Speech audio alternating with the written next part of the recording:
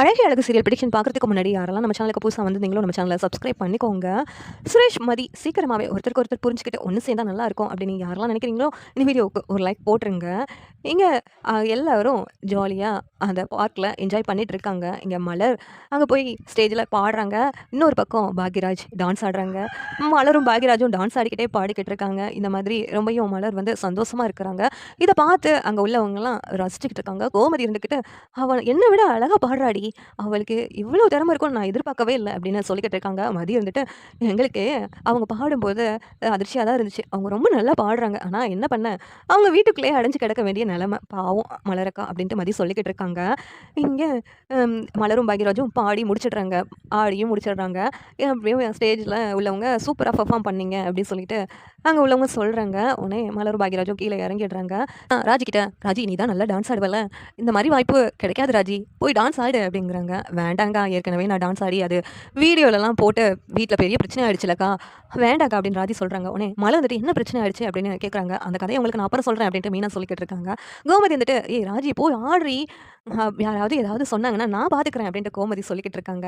அதான் அத்தையே சமாளிச்சுக்கிறேன்னு சொல்கிறாங்களா ராஜி, நீ போய் ஆடு அப்படின்ட்டு மீனா சொன்னதும் இங்கே ராஜி வந்துட்டு இல்லை என் மனசு சரியில்லை, என்னால் இப்போ ஆட முடியாது அப்படிங்கிறாங்க. கோமதி வந்துட்டு நீ கதரை நினச்சி வருத்தப்பட்டு இருக்காத ராஜி, என் பையன் உன்னை தவிர வேற ஒருத்தியை ஏட்டெடுத்து கூட பார்க்க மாட்டான், அப்படி இருக்கும்போது நீ போய் ஆடுறீ அப்படின்ட்டு கோமதி சொல்கிறாங்க. நேரத்தில் மலர்தியும் மலர் வந்துட்டு நீங்கள் ஆடுறதை நாங்கள் பார்த்ததே இல்லை, நீங்கள் ஆடுங்களேன், எல்லாரும் நீங்கள் நல்லா டான்ஸ் ஆடுவீங்கன்னு சொல்கிறாங்க, நாங்களும் பார்க்கணும் அப்படின்ட்டு மதியும் மலரும் சொல்கிறாங்க. உடனே எங்களுக்காக தான் ஆடணும்னு சொன்னதும் ராஜி ஸ்டேஜில் போய் ஒரு குத்து டான்ஸ் ஆடுறாங்க. குத்து சாங்காக போட்டு ஆடினதை பார்த்துட்டு எல்லாரும் அவ்வளவு நல்லா ஆடுறாங்க, செமையாக ஆடுறாங்கங்க அப்படின்ட்டு மதியெல்லாம் சொல்லிக்கிட்டு இருக்காங்க. ஆமாம் ஆமாம் சூப்பராக ஆடுவா, அவள் டான்ஸ் காம்படிஷனில் கலந்துக்கிட்டு அவள் புருஷனுக்காக ஒரு பைக்கே வாங்கி கொடுத்தா தெரியுமா உங்களுக்கு அப்படின்ட்டு இங்கே மீனா சொல்கிறாங்க. அப்படியா அப்படின்ட்டு இங்கே அதிர்ச்சியாக மதியம் மலரும் கேட்குறாங்க.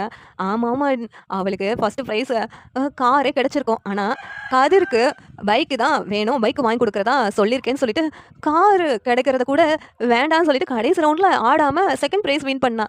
ஃபர்ஸ்ட் ப்ரைஸ் கார் வேண்டாமா, அவள் புருஷனுக்கு பைக் தான் வாங்கி கொடுக்கணும்னு சொல்லிட்டு அந்த மாதிரியெல்லாம் பண்ணா, அவ்வளோ லவ் அவள் கதிர்க்கு மேலே வச்சிருக்கா அப்படின்ட்டு மீனா சொல்லிக்கிட்டு இருக்காங்க. ஓ அப்படிங்களா, சூப்பருங்க சூப்பர் அப்படின்ட்டு மலர் மதியம் சொல்கிறாங்க. இங்கே ராஜி கீழே இறங்கி வந்ததும் எங்கே சூப்பராக டான்ஸ் ஆடினீங்க அப்படின்னு எல்லாரும் புகழ்ந்துக்கிட்டு இருக்காங்க. சரி நான் ஆடினேன், அக்கா நீங்கள் போய் ஆடுங்க போங்க மாமா கூட சேர்ந்து அப்படின்ட்டு மீனாவையும் செந்தில் ஏற்றி விடுறாங்க. மீனா செந்தில் ஆடுறாங்க. சரி எல்லாரும் பெர்ஃபார்ம் பண்ணியாச்சு, ஒரே ஆள் தான் மிஸ்ஸிங், பாக்யராஜும் மலரும் சுரேஷ் மதியம் ஸ்டேஜில் ஏற்றி விட்டுறாங்க. அவங்க எப்படியோ எல்லாரும் முன்னாடியும் ஏதாவது பண்ணணும்னு சொல்லிட்டு பண்ணிட்டு கீழே இறங்கிடுறாங்க. கீழே இறங்கினதும் என்ன இதெல்லாம் நீங்கள் மட்டும் போங்கா எல்லாமே பண்ணிட்டுறீங்க, எங்களை மட்டும் ஸ்டேஜில் ஏற்றி விட்டுட்டு அப்படின்ட்டு எல்லாரும் சொல்லிக்கிட்டு இருக்காங்க. சரி பீச்சுக்கு போகலாம், ஜாலியாக வாக் பண்ணால் நல்லாயிருக்கும் அப்படின்ட்டு எல்லாரும் பீச் போகலாம்னு நினைக்கிறாங்க. ஆனால் பசிக்குதே, சாப்பிட்டுட்டு போகலாம், வெயில் போயிடும், அதுக்கடுத்து பீச்சில் நடக்க நல்லா இருக்கும் அப்படின்னு சொல்லிட்டு எல்லாரும் பேசிகிட்டு இருக்காங்க. உடனேவும் ரெசார்ட்டுக்கு போவோம், அங்கே தான் ரெஸ்டாரண்ட் இருக்குது, அங்கே உட்காந்து சாப்பிடலாம் அப்படின்ட்டு எல்லாரும் முடிவு பண்ணி அங்கே போயிட்டு உட்காந்து சாப்பிட்றாங்க. சாப்பிட்டுட்டு இருக்கும்போது அவங்க அப்பா அம்மாவையும் சுரேஷ் வந்து கூப்பிட்டு வர்றாங்க. கூப்பிட்டு வந்ததும் எல்லாரும் உட்காந்து சாப்பிட்டுட்டு சரி இங்கே எதுவுமே நல்லாவே இல்லை அப்படின்ட்டு சொல்கிறாங்க. அதுக்கு தான் மலர் நீ சாப்பாடு செஞ்சு கொண்டு வந்திருக்கலாம், இங்கே வெளியில் ஹோட்டல்லாம் சாப்பிட்றது ஒத்துக்கவே மாட்டேங்குது அப்படின்ட்டு சுரேஷோட அம்மா சொல்கிறாங்க. உடனே இங்கே மலர் இருந்துட்டு என்ன பேசன்னு தெரியாமல் முடிச்சுட்டு இருக்காங்க. பாக்யராஜ் அம்மா இன்னைக்கு ஒரு நாள் தான் என்ன அட்ஜஸ்ட் பண்ணிக்கோங்க அப்படின்ட்டு பாக்யராஜ் சொல்லிக்கிட்டு இருக்காங்க. ஆனால் கோமதி வாயை திறக்கக்கூடாது அப்படின்ட்டு அமைதியாக நின்றுட்டு இருக்காங்க.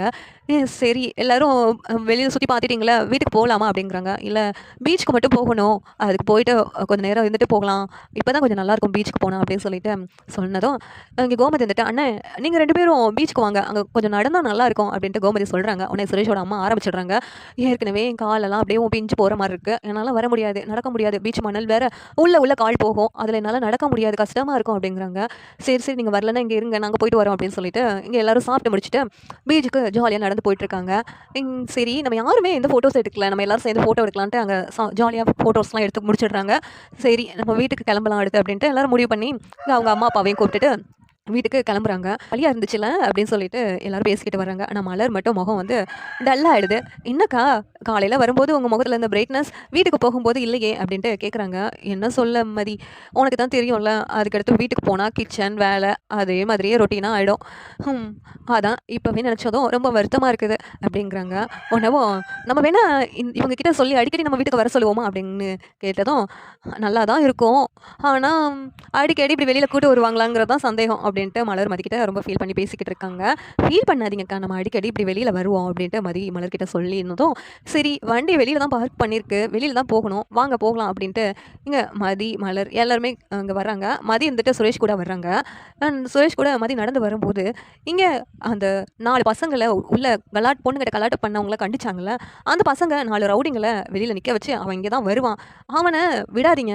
அவன ஏதாவது பண்ணுங்க" அப்படின்னு சொல்லி சொன்னதும், இந்த சுரேஷ் மதியும் சேர்ந்து வந்ததுனால, அந்த ரவுடிங்க இங்க மதிய பிடிச்சுக்கிறாங்க. பிடிச்சுட்டு வம்பு இழுக்குறாங்க. அத சுரேஷ் பார்த்துட்டு கோவப்படுறாங்க. அடிக்கிறதுக்கு போறாங்க. ஆனா, அந்த ரவுடிங்க சுரேஷ கீழ தள்ளி விட்டுறாங்க. உடனே மதி இருந்துகிட்டு, "ஏய் என்னடா பண்றீங்க? ஏய் உங்கள சும்மா விட மாட்டேன்டா" அப்படின்னு சொல்லிட்டு மதி வந்து சத்தம் போடுறாங்க. "ஏய் மதிய விடுங்க. அவள விடுங்கடா. அவ என் ஒய்ஃப்" அப்படின்னு சொல்லி சொன்னதும், "ஓ! உங்க ஒய்ஃபா? அப்பன்னா சரிதான்" அப்படின்ட்டு மதிய ரொம்ப கிண்டல் பண்ணி இவங்ககிட்ட வம்பு பண்றாங்க. இத பார்த்துட்டு சுரேஷ் வந்து அடி அடின்னு அடிக்கிறாங்க. அடிச்சு அவங்கள ஸ்டேஷனுக்கு அனுப்புறேன் அப்படின்னு சொல்லிட்டு பிடிச்சு வைக்கிறாங்க. இதில மதிக்கு அ லைட்டா காயம் ஏற்பட்டுருது தலையில. "மதி உனக்கு ஒண்ணும் ஆகலல்ல?" அப்படின்னு சொல்லிட்டு கேட்குறாங்க.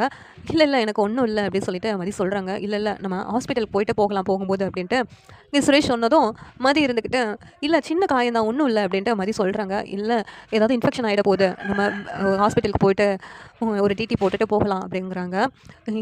இவங்கள சும்மா விடக்கூடாது. இவங்களலாம் அப்படின்னு சொல்லிட்டு சுரேஷ் வந்து ரொம்ப கோவமா இருக்கிறாங்க. சரி இந்த இடத்துல பாக்யராஜ் எல்லாரும் வண்டியில இருக்கிறதுனால, மதி வந்து காயத்தோட வண்டியில ஏறும்போது, "என்னாச்சு மதிக்கு?" அப்படின்ட்டு கேட்குறாங்க. "ஒரு 4, 5 ரவுடிங்க வந்து வம்பு பண்ணாங்கக்கா.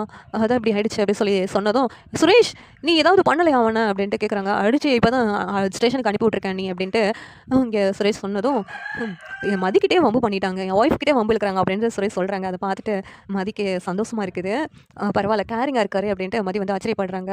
எண்ணத்துல சரி அதான் இந்த மாதிரி வெளியில வரக்கூடாதுன்னு சொல்றது. இப்ப பார்த்தியா, கண்டவங்கலாம் இங்க வம்பு இழுத்தா இப்படி ஆயிடுச்சு பாரு அப்படின்ட்டு இங்க சுரேஷோட அம்மா சொல்றாங்க. வீட்லனா அவ்வளவு எதிர்த்து எதிர்த்து பேசுறா. அவன்கிட்ட 4 எதிர்த்து பேசி 4 அற விட்டுருக்க வேண்டியதானே இவா? வீட்ல தான் இவளோட வீரப்பா அப்படிங்கிறாங்க. சுரேஷ் வந்துட்டு, "அம்மா மதி அவங்கள எதிர்த்து தான் சண்டை போட்டா. ஆனா அவளால முடியல. 4 பேர் இருக்காங்கல்ல. எப்படி சமாளிக்க முடியும்? அவள பத்தி ஏம்மா இப்படி பேசுறீங்க?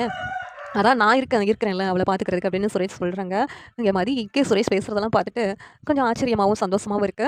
"சரி உனக்கு ஒண்ணும் இல்லல்லம்மா?" அப்படின்ட்டு கோமதியும் கேட்குறாங்க. உடனே "இல்ல அவர் வந்து என்ன அவங்க கிட்ட இருந்து காப்பாத்திட்டாரு. ஒண்ணும் இல்ல" அப்படின்னு சொல்லிட்டு கோமதி சொல்றாங்க. "நல்ல பையனா இருக்கான். நீயும் அவன புரிஞ்சுக்கோமா. புரிஞ்சுக்கிட்டு சேர்ந்து வாழ பாரும்மா.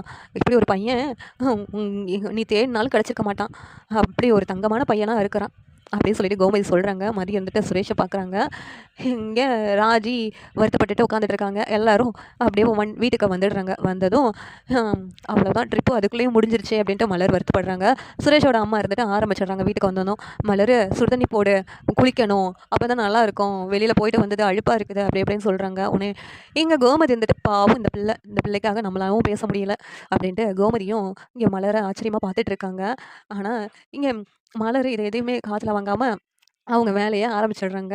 "நைட்டு டின்னருக்கு பண்ணிடு. அப்புறம் அது இல்ல, இது இல்லன்னு சொல்லிக்கிட்டு இருக்காத" ம் அப்படின்ட்டு சொல்றாங்க. நேரத்துல கோமதி வந்துட்டு, "அந்த பிள்ளையும் நம்மளோட தானே வெளியில போயிட்டு வந்துச்சு. அந்த பிள்ளைக்கும் உடம்பெல்லாம் அசதியா இருக்காதா? ஆனா இதெல்லாம் கொஞ்சம் கூட யோசிக்காம இவங்க பாட்டுல எல்லா வேலையும் செய்ய சொல்றாங்க" அப்படின்ட்டு கோமதி மீனா கிட்ட சொல்றாங்க. "அத்தை இங்க இப்படிதான் இருப்பாங்க அத்தை. இத நம்ம பேச முடியாது. நம்ம என்னைக்காவது ஒரு நாள் வந்துட்டு போறோம்" அப்படின்னு சொல்லிட்டு மீனா சொன்னதும், "சரிடி வாடி அந்த பிள்ளைக்கு நம்மனாச்சும் ஹெல்ப் பண்ணுவோம்" அப்படின்ட்டு இங்க ஹெல்ப் பண்றதுக்காக போறாங்க. கோமதி, மீனா, ராஜி, மதி எல்லாரும். மதி இருந்துக்கிட்டு, "ஆனா நீங்க ரொம்ப பாவங்க.